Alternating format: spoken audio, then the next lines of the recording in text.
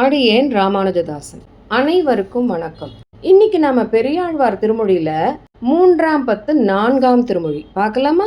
கண்ணன் கன்றுகளை மேய்ச்சிட்டு இடைப்பிள்ளைகள் சூழ ஆடலும் பாடலுமா மயில் தொகை கிடையின் கீழே வரானாம். தன்னை அழகா அலங்கரிச்சுட்டு வர அந்த அற்புதமான காட்சியை பார்த்த இடைப்பெண்கள்லாம் போட்டி போட்டுன்னு ஓடி வந்து அவனோட அழகை பார்த்து ரசிக்கிறாளாம். சிலெல்லாம் மோகித்து அவளோட விளையல் ஆடைகள்லாம் நழுவி விடுற அளவுக்கு மயங்கி சரிகிறாளாம். இதுதான் இந்த 10 பாசுரங்கள்ல பெரியாழ்வார் சொல்லியிருக்கார். என்ன சொல்றார் பார்க்கலாமா? தாழைகளும் தொங்கலும் ததும்பி எங்கும் தன்னும்மை எக்கம் மத்தளி தாழ்பீழி குழல்களும் கீதமும் ஆகியெங்கும் கோவிந்தன் வருகின்ற கூட்டம் கண்டு மழைகளோ வருகின்றது என்று சொல்லி மங்கைமார் சாலவாசல் பற்றி நுழைவனர் நிற்பனராகி எங்கும் உள்ளம் விட்டு ஊன் மறந்து ஒழிந்தனர். விதவிதமான மயில் தொகை குடைகள் அலங்கரிக்க பெற்று எங்கும் நிறைஞ்சு காணப்படுகிறதாம். மேள வாத்தியங்கள், ஒரு தந்தி வாத்தியங்கள், மத்தள வாத்தியங்கள், பெரிய விசிறிகள், பலதரப்பட்ட குழல்கள் அதனால இசைக்கப்படும் பாட்டுகளால சூழப்பெற்று கோவிந்தன் கன்றுகளை மேய்ச்சுண்டு திரும்பி கூட்டமா வரானாம். இதை பார்த்த இடைப்பெண்கள் மழை மேக கூட்டங்களே வருகிறது அப்படின்ற மாதிரி வியப்பா பாக்குறாளாம். அவங்க எல்லாரும் வாசலுக்கு முண்டி அடிச்சுன்னு ஓடி வந்து சிலர் ஜன்னல் வழியா நிற்கிறா, சிலர் வாச கதவை பிடிச்சிட்டு நிற்கிறா. இப்படி கண்ணனோட திருவுருவை பார்த்து அப்படியே மயங்கி தங்களோட உள்ளங்களை பறிகொடுத்து தன் உணவு கூட மறந்து நிற்கிறாளாம். வல்லினொன் இதழ் அண்ணா ஆடை கொண்டு வசையற திருவரை விரித்து உடுத்து பல்லினொன் பற்றாக உடைவாள் சாத்தி பனைக்கச்சு உந்தி பல தழை நடுவே முல்லை நல் நறுமலர் வேங்கை மலர் அணிந்து பல் ஆயிர் குழாம் நடுவே எல்லியம் போதாக பிள்ளை வரும் எதிர் நின்று அங்கு இனவளை இழவேல் மினே. நந்தகோபனோட பிள்ளை பூவை ஒத்த மிருதுவான ஆடையை முறையாக விரித்து இடையில் அணிந்து கொண்டு அதன் அவிழ்ந்து விழாதபடிக்கு கச்சுப்பட்டையை கட்டிண்டு அதுல வாழை எப்படி பள்ளி சுவர்ல இடைவெளி இல்லாம ஒட்டி கொண்டிருக்குமோ அது மாதிரி சொருகின்னு இருக்கானா. நறுமணமுடைய முல்லை மற்றும் வேங்கை மலர்களை மாலையாக தொடுத்து சூடிக்கொண்டும் பல இடைப்பிள்ளைகளின் கூட்டத்தின் நடுவே பல மயில் தொகை குடைகளின் நிழலிலே அந்தி மாலை போதில் வரும் பொழுது அவனுக்கு எதிரே போய் நிற்காதீர்கள், அவனை அடைய முடியாத வருத்தத்தில் உங்களுடைய கைகள் மெலிந்து கைவளைகள் கழன்று போக நேரிடும் அப்படின்னு சொல்றா. சுரிகையும் தெரிவில்லும் செண்டுகோளும் மேலாடையும் தோழன்மார் கொண்டு ஓட ஒரு கையால் ஒருவன் தன் தோலை ஊன்றி ஆனிரை இனம் மேள குறித்த சங்கம் வருகையில் வாடிய பிள்ளை கண்ணன் மஞ்சளும் மேனியும் வடிவும் கண்டாள். அருகே நின்றாள் என் பெண் நோக்கி கண்டாள். அது கண்டு இவ்வூர் ஒன்று புணர்கின்றதே. கண்ணனுக்கு கொடுக்கறதுக்காக உடைவாள், சுண்டுவில், பூச்செண்டுகோல், மேலாடை இதெல்லாத்தையும் கையில வச்சுட்டு அவனோட தோழர்களான இடைப்பிள்ளைகள்லாம் அவனோட பின்னாடி ஓடி வராளாம். ஆனா கண்ணன் என்ன பண்றான்னா தன்னோட ஒரு கைய பக்கத்துல இருக்கிற இடைப்பிள்ளையோட தோல்ல வச்சுட்டு இருக்கான். பசு கூட்டங்கள்லாம் வீடு திரும்புறதுக்காக ஊதக்கூடிய சங்கை இன்னொரு கையில வச்சுட்டு அப்படி நடந்து வரானாம். காத்தாலே போயிட்டு வரான் இல்லையா, அதனால சோர்வா இருக்கான். அந்த சோர்வுலயே அவனோட மஞ்சள் நிறமா இருக்கான் அவனோட சுந்தர மேனி. அதை பார்த்த ஒரு பெண்ணு அவனை திரும்ப திரும்ப பார்த்துட்டு இருக்காளாம். இதை பார்த்து அந்த பெண்ணோட அம்மா என்ன பண்றானா, இவ உத்து பாக்குறத பார்த்து இவளுக்கும் அந்த கண்ணனுக்கும் ஏதோ சம்பந்தம் இருக்கிறதா மாதிரி ஊர்க்காரெல்லாம் பேசுறாளே அப்படின்னு வருத்தப்படுறா அந்த தாயார். குன்றெடுத்து ஆணரை காத்த பிரான் கோவலனாய் குழல் ஊதி ஊதி கன்றுகள் மேய்த்து தன் தோழரோடு கலந்துடன் வருவானை தெருவிற்கண்டு என்றும் இவனை ஒப்பாரை நங்காய் கண்டறியேன் ஏடி வந்து காணாய் ஒன்று நிலா வலை கழன்று துகில் ஏந்தும் இளமுலையும் என் வசம் அல்லவே. கோவர்தன பர்வதத்தை குடையா எடுத்து பசுக்களின் கூட்டத்தை காப்பாற்றிய கண்ணபிரான் இடையனாய் குழலை ஊதியவாறே கன்றுகளை மேய்த்துவிட்டு தன் தோழர்களோடு கூடி தெருவில் வருவதை பார்த்தேன். நல்ல பண்புள்ள தோழியே, இவனை போல் இதுவரை நான் பார்த்ததே இல்லை. நீயும் வந்து பார். நான் இவனை பார்த்த மாத்திரத்திலேயே என்னை மயங்கி விழுந்து விட்டேனடி.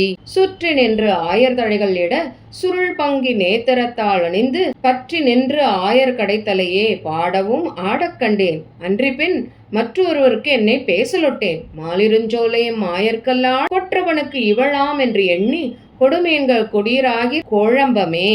மயில் தொகை குடைகளை கண்ணுக்கு நேளா பிடிச்சுண்டு அவனை சூழ்ந்து இடைப்பிள்ளைகள் வர அவர்களோட கூட தனது சுருண்ட கேசத்தை மயில் தொகைகளால் அலங்கரிச்சுண்டு இடைப்பிள்ளைகளோட கூட்டத்துல முதல்வனாக நின்று கொண்டு பாடலுடனும் ஆடலுடனும் கண்ணன் வருவதை பார்த்தேன். இதற்கு மேலும் அவனன்றி வேறு ஒருவனுக்கு என்னை மனம் பேச நான் சம்மதிக்க மாட்டேன். திருமாலிருஞ்சோலையில் அருள்பாலிக்கும் எனது தலைவன்தான் இவளுக்கு பொருத்தம் என நிச்சயித்து அவனுக்கே தாரை வாத்து கொடுத்துடுங்கோ.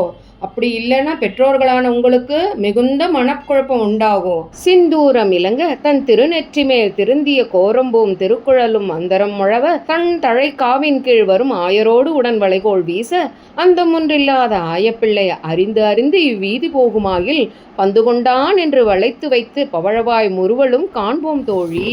தோழியே, நெத்தியில சிந்தூரமும் அதன் மேல பளிச்சன திலகமும் அழகான சுருள் கேசத்தோட மத்தளங்களோட ஓசை மென்னை சூழ்ந்து கொள்ள குளிர்ந்த மயில் தோகை குடையின் கீழே இடைப்பிள்ளைகளோட கூட வளைந்த கோள்களை வீசிண்டு எல்லை காண முடியாத பொலிவோட எல்லாவற்றையும் அறிந்தவனா இடைப்பிள்ளையான கண்ணன் இந்த வீழ்தி வழியே வருவேனே ஆகிய எங்கள் பந்த பிடுங்கி வைத்துள்ள இவனன்றோ அப்படின்னு அவனை மடக்கி அவனோட பவழ வாய புன்சிரிப்பை பார்த்து அப்படியே நிப்போம் தோழி அப்படின்னு சொல்றா. சாலப்பல் நிறை பின்னே தழைக்காவின் கீழ் தன் திருமேனி நின்று ஒளி திகழ நீல நல் நறுங்குஞ்சி நேத்திரத்தாள் அணிந்து பல் ஆயர் குழா நடுவே கோல செந்தாமரை கண்மிளிர குழல் ஊதி இசை பாடி குனிந்து ஆயரோடு ஆளித்து வருகின்ற ஆயப்பிள்ளை அழகு கண்டு என் மகள் அயர்க்கின்றதே.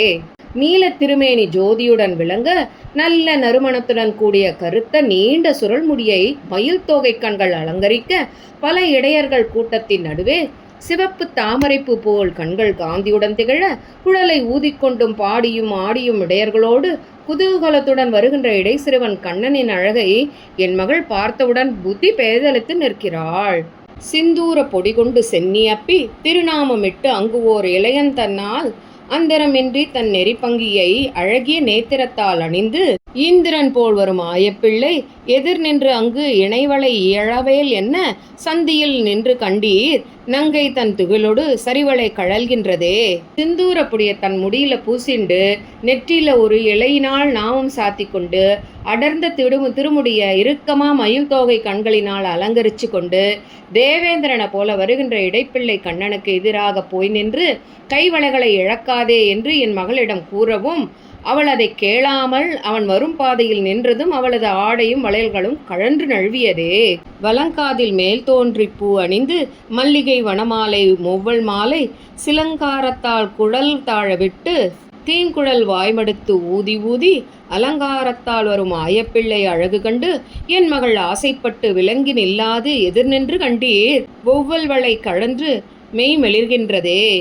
செங்காந்தல் பூவை வலது காதில சூடிண்டும் காட்டு மல்லிகை பூ மாலதி புஷ்ப மாலைகளை சாத்திண்டும் திருமுடிய முதுகில் தொங்கும்படி செய்துண்டு குழலை வாயில வச்சு ஊதிண்டு அலங்காரத்தோடு வருகின்ற இடைப்பிள்ளை கண்ணனோட திருமேனி அழக என் மகள் பார்த்ததும் மோகித்தவளாய் அவன் வரும் வழியிலிருந்து விலகி நிற்காமல் அவன் எதிரே போய் நின்றதுனால அவளோட கை வளையலும் கழன்று உடலும் மெலிந்து போயிற்று.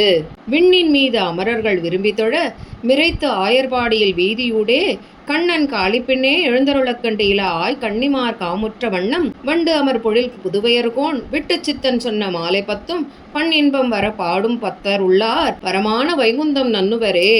வைகுண்டவாசியான எம்பெருமான் கண்ணனை நித்திய சூரியர்கள் அன்போடு சேவித்து வந்த போதிலும் அவர்களை விடுத்து ஆயர்பாடியில் திருவவதரித்து திருக்கருளில் பசுக்களுக்கு பின்னே அவன் செல்லும் அழகை இளம் இடைப்பெண்கள் பார்த்து மோகித்த விஷயங்களை வண்டுகள் மொய்க்கும் சோலைகளை உடைய திருவில்லிபுத்தூரின் தலைவரான பெரியாழ்வார் சொன்ன மாலையாக அருளி செய்த இப்பத்து பாசுரங்களை இனிமையான இசையோடு கூட பாடவல்ல பக்தர்கள் மேலான வைகுண்ட பதவியை அடைவர் அப்படின்னு ஆழ்வார் பல ஸ்ருதி கூறுகிறார்.